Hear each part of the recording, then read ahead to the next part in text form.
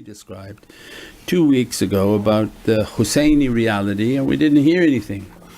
So we keep talking, we have an ability to talk, but we kind of over talked many deep realities. So there's no need to keep going forward if we don't sort of open that understanding that this way of being Husseini and to take from the fountain of Imam Hussein salam, which is being represented here. And that's what's important, is that we're trying to reach to the oceans of al-hayat. These are from an authority of Sifat ar-Rahim. That authority governs the world of form, it's from the world of light, and that requires the absorption of their knowledges, these Husseini knowledges, these realities, these haqqaiqs, and that to have that character, that love and that respect and ihtiram. And as a result these are the lights of the family of Prophet. So imagine when people are coming across these realities from the Ahlul Bayt and the rudeness and the bad and the disrespectful comments. And that's why we keep saying, oh look, it's not a coincidence that they found these knots. Because people go around and they hear the talks and you'll see in the comments even from supposedly Sufi groups, what's this crazy stuff?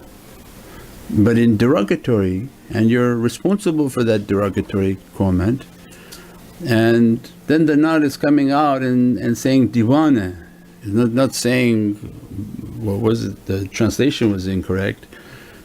Yeah, but diwana was for people who they lost their mind. That those people who lost their mind in the way of the love of Prophet, and the haqqaiq is that diwan is the association of the beloved. But dunya use it as those people whom they lost in their love, that they're continuously headed towards Madinatul Munawwarah with their salawat, their love, their image, everything about them is they're lost in the love of Prophet, and the material world thinks you are crazy in that love. And this is exactly what they're making comments in a derogatory way, what's this crazy talk, what's this like this and this too much.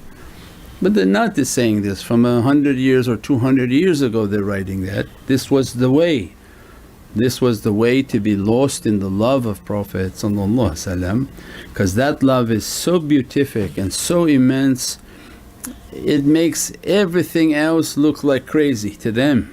They think you're crazy for loving this world with its filthiness, its corruption and every sort of unimaginable thing. You say, you want this garbage versus running towards the presence of Prophet for all its eternity and all its beauty and all its knowledges, everything that Prophet wants to open for the servant. So you'll see the validation of the teachings and all the not the sharif. That's why it's so important. You read the words, even you think you know Urdu, you probably don't know Urdu because it's not something in your reference. You don't understand what a diwan is. A diwan are an association of your soul in their presence, and that's why the world calls them crazy. It made it derogatory, but it was a very high station. These are the people whom sit in the diwan and in the presence of Prophet. As a result everything for them is lost.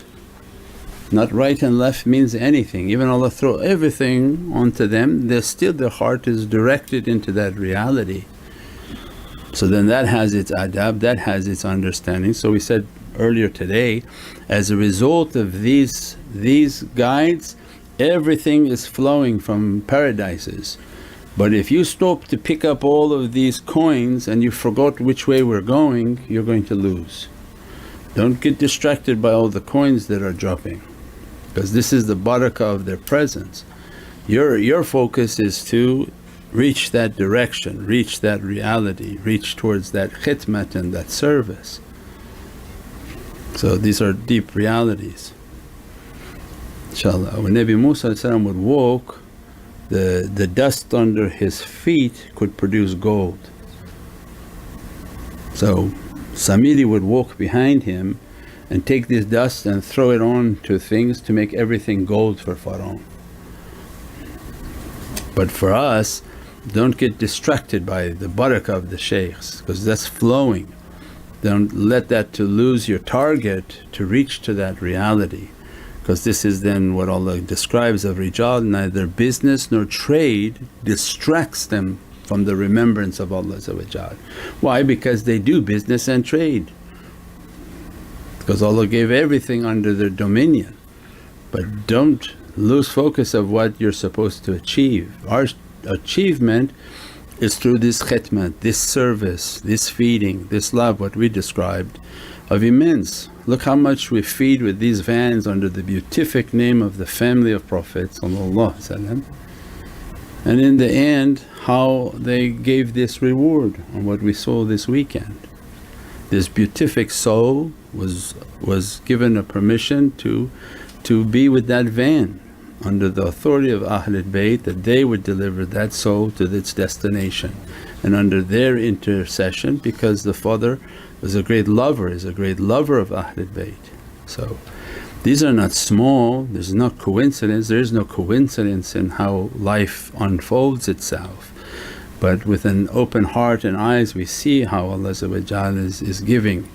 You deliver to all the people.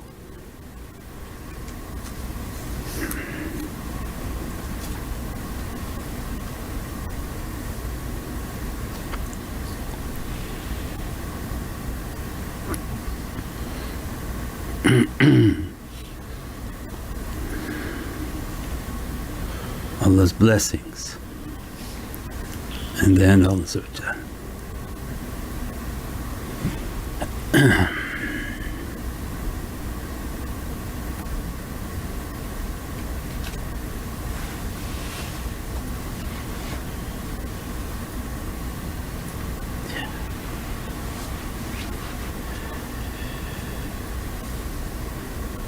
yeah.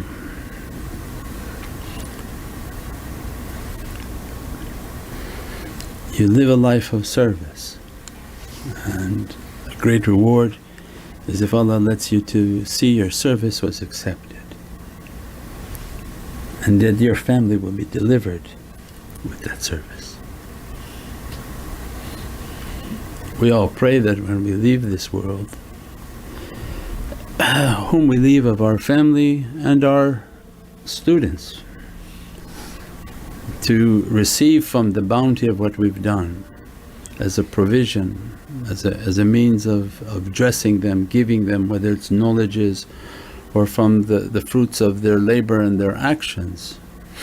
This is the hope that their works are accepted, and that when they leave this world that their knowledges will be disseminated into the hearts of students who will carry that and go forward, their families to have an ease and difficulty to be taken.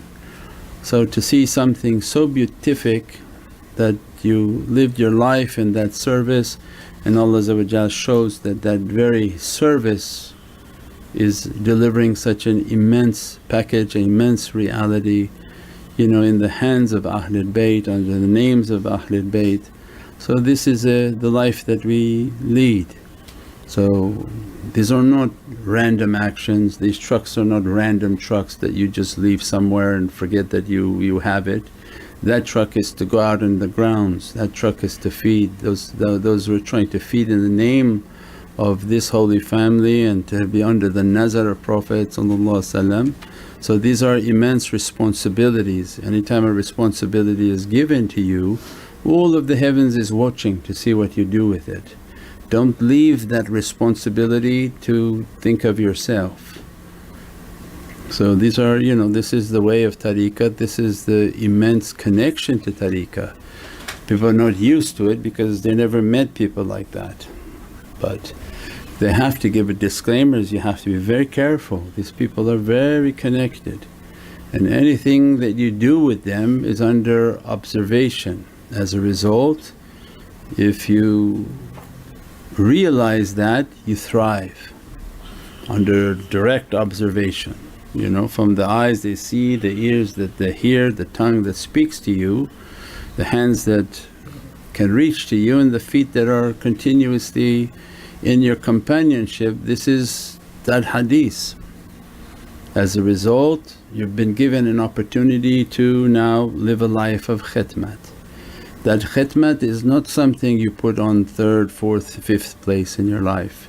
It's you put in first place is your service, you come second, third and fourth, your family. They don't care about anything because that family here, not here, it doesn't matter. Your service was one, everyone else is behind.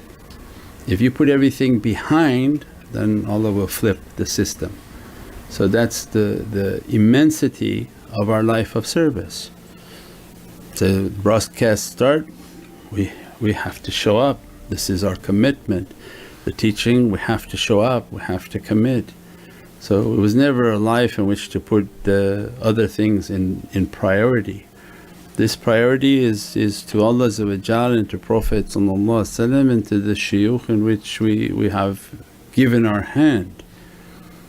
So these are the adabs and the manners of tariqah, inshaAllah.